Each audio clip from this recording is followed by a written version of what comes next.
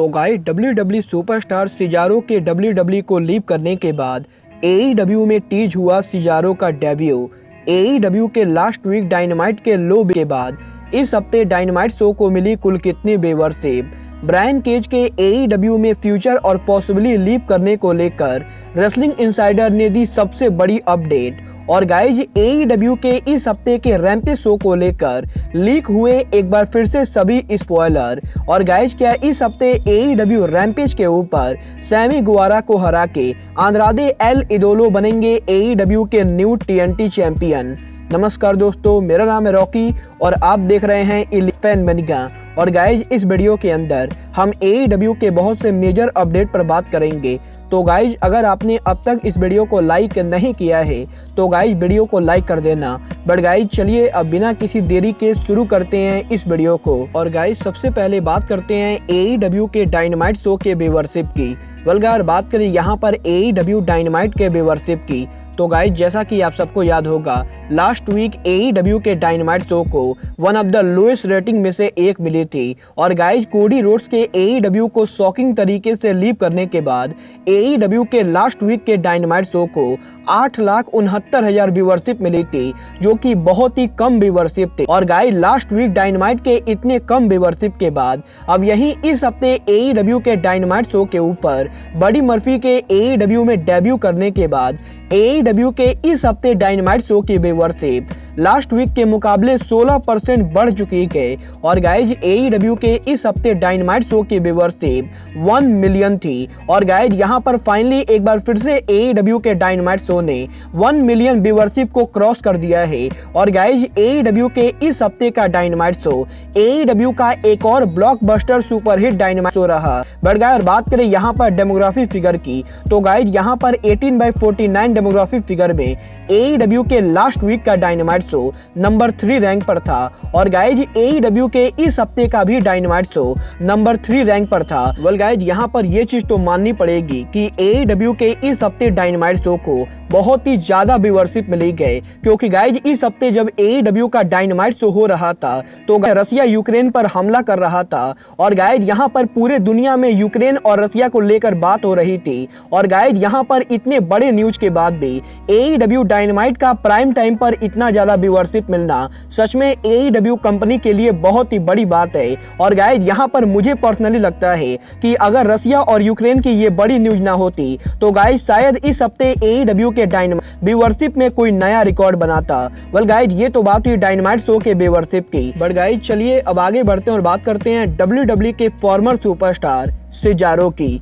यार बात करें यहाँ पर सिजारो की तो गाइस जैसा कि मैंने सुबह आपको कम्युनिटी पोस्ट पर बताया है कि WWE के सिजारो के कॉन्ट्रैक्ट के एक्सपायर होने के बाद WWE ने सिजारो को नया कॉन्ट्रैक्ट ऑफर दिया है। बट गाइस यहाँ पर सिजारो ने WWE के ऑफर को रिजेक्ट करके WWE कंपनी को लीव कर दिया है। और गाइस क्योंकि सिजारो का WWE कॉन्ट्रैक्ट एक्सपायर हुआ है, ना कि WWE ने सिजारो को रिलीज किया है, तो गाइस इसलिए मैं आपको ये क्लियर करना चाहूंगा कि सिजारो के WWE के अंदर कोई भी नॉन कम्पीट क्लॉज नहीं गए। और गाइस यहाँ पर इसका मतलब ये है कि सिजारो कभी भी किसी भी कंपनी पर डेब्यू कर सकते गए।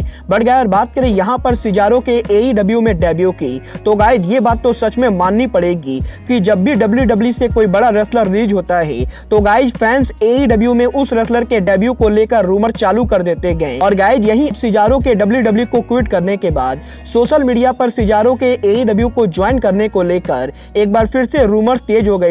और गाइस सोशल मीडिया पर इन सभी रूमर्स के बाद अब यही AEW रेसलिंग के सुपरस्टार एडी किंगस्टन ने सोशल मीडिया के ऊपर सिजारो के पॉसिबली AEW को ज्वाइन करने को लेकर सिजारो को बुरी तरीके से मॉक कर दिया है। जहां पर एडी किंगस्टन ने एब्यूजिव ट्वीट करते हुए कहा है कि सिजारो के आना दम नहीं गए कि वो AEW कंपनी को ज्वाइन कर पाएंगे। और गाइस सिजारो जैसा रेसलर AEW में नहीं आ सकता है। और गाइस अगर आपको नहीं पता है तो गाइस मैं आपको बता दूं एडी किंगस्टन और सिजारो के बीच में बहुत ही लंबी हिस्ट्री गए, क्योंकि गाइज इन दोनों ने अपने करियर की शुरुआत चिकारा रेसलिंग पर की थी और गाइज ये दोनों उस कंपनी के टॉप बेबी फेस रेसलर थे। और गाइज यहाँ पर अब सिजारो के रिलीज होने के बाद एक बार फिर से एडी किंगस्टन सिजारो के साथ उनके राइवलरी को टीज कर रहे गए और गाइज मुझे इस चीज की तगड़ी पॉसिबिलिटी लगती गई कि सिजारो AEW पर वन टाइम अपीयरेंस जरूर देंगे। वेल गाइज, आप सिजारो को AEW पर देखना चाहते हैं या नहीं, आप सब मुझे कमेंट करके बताइए। बट गाइज चलिए अब आगे बढ़ते और बात करते हैं AEW के former FTW world champion Brian Cage की। वेल गाइज, बात करें यहाँ पर ब्रायन केज की तो गाइज जैसा कि हम सभी जानते गए, लियो रस, मार्को स्टंट और कोडी रोड्स के AEW को लीव करने के बाद ब्रायन केज के AEW को लीव करने को लेकर पिछले 6 महीने से बहुत ही बड़ी रूमर आ रही गई और गाइज यहाँ पर बहुत सारे इनसाइडर्स का मानना है कि ब्रायन केज AEW रेसलिंग को बहुत ही जल्द लीव करेंगे और गाइज जैसे ही उनका कॉन्ट्रैक्ट एक्सपायर होगा ब्रायन केज AEW कंपनी को क्विट करेंगे, क्योंकि गाइज AEW ब्रायन नया ऑफर नहीं देगी। और गाइज यहाँ पर इन सभी रूमर्स और स्पेकुलेशन के बाद अब यही ब्रायन केज के AEW में फ्यूचर को लेकर फाइटफुल ने एक बहुत ही बड़ी अपडेट दी गई, जहां पर फाइटफुल मैगजीन ने यह कंफर्म किया है कि ब्रायन केज AEW के साथ कॉन्ट्रैक्ट एक्सटेंशन साइन कर चुके गए और गाइज यहां पर AEW की तरफ से ब्रायन केज को नया कॉन्ट्रैक्ट ऑफर दिया गया है और गाइज ब्रायन केज ने उस ऑफर को एक्सेप्ट कर लिया है। और गाइज फाइटफुल के इस रिपोर्ट के हिसाब से ब्रायन केज AEW को छोड़कर नहीं जाने वाले गए।